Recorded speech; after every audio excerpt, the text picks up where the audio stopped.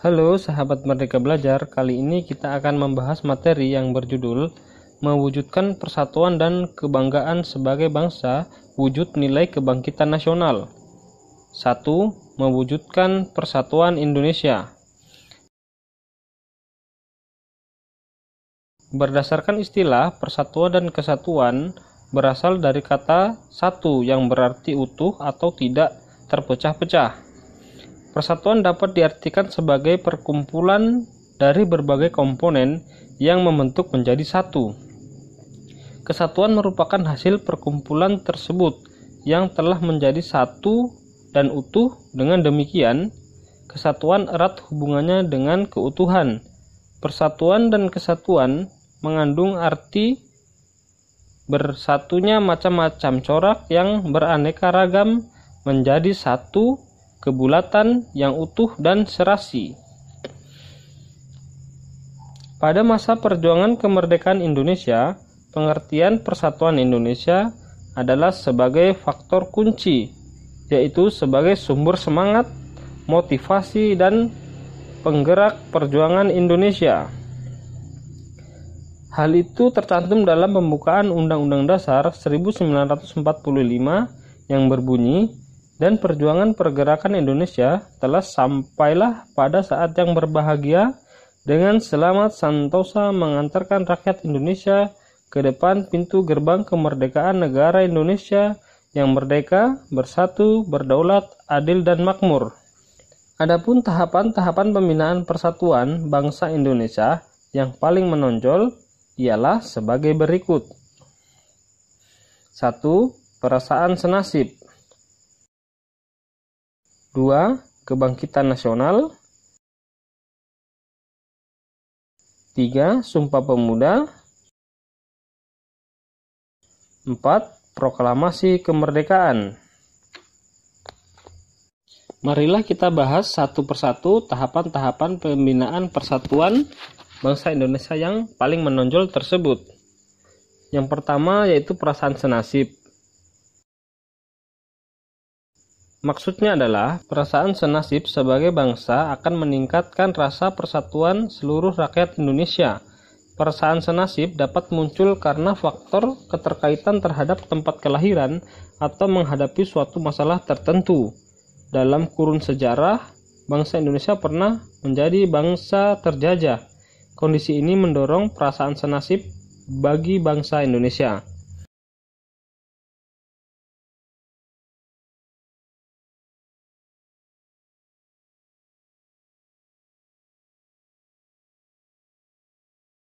Kemudian yang kedua, kebangkitan nasional. Maksudnya adalah kebangkitan nasional adalah sesi pergerakan perjuangan bangsa Indonesia yang mulai menyadari kondisi dan potensi sebagai suatu bangsa. Kebangkitan nasional Indonesia dipelopori dengan lahirnya Budi Utomo pada tahun 1908.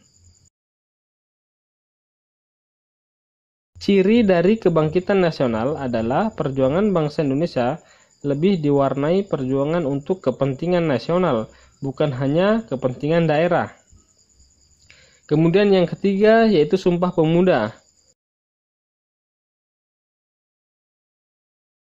Sumpah Pemuda merupakan penegasan bagi bangsa Indonesia untuk mewujudkan sebuah negara yang memiliki identitas dan dicintai rakyatnya yang dipelopori para pemuda-pemuda saat itu.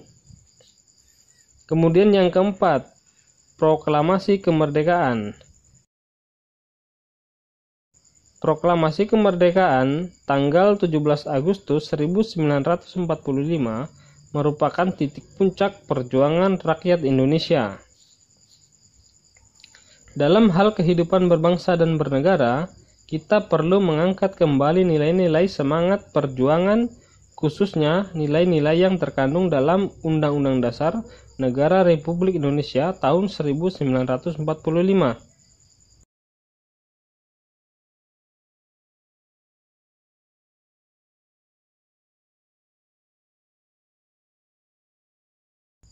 Adapun contoh sikap positif yang berkaitan dengan nilai-nilai kebangsaan yang terkandung dalam Undang-Undang Dasar Negara Republik Indonesia 1945 adalah sebagai berikut.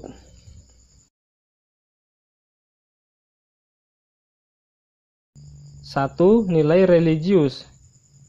Hormat dan menghormati serta bekerja sama antar pemeluk agama dan penganut-penganut kepercayaan yang berbeda-beda sehingga terbina kerukunan hidup. 2. Nilai kemanusiaan. Saling mencintai sesama manusia atau saling membantu dan menolong sesama manusia.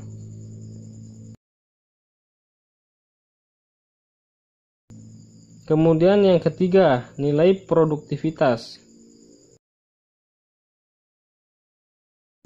Sarana dan prasarana yang mampu mendorong masyarakat untuk kreatif dan produktif.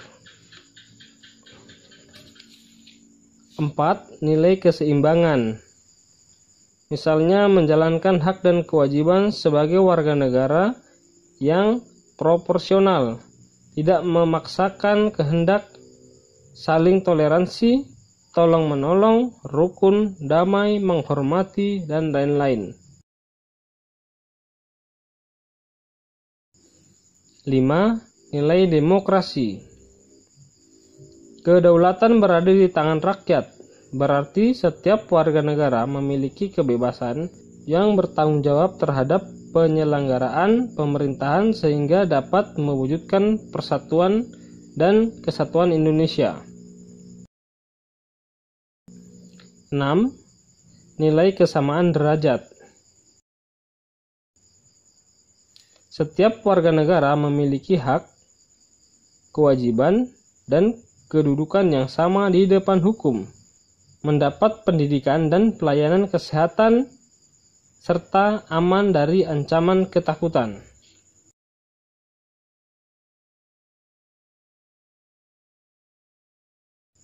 7. Nilai ketaatan hukum. Setiap warga negara tanpa pandang bulu wajib menaati setiap hukum dan peraturan yang berlaku. Begitupun terhadap lembaga-lembaga penegak hukum, agar lebih independen, tidak terkontaminasi dengan kekuasaan atau politik praktis. Demikianlah materi pada pertemuan kali ini.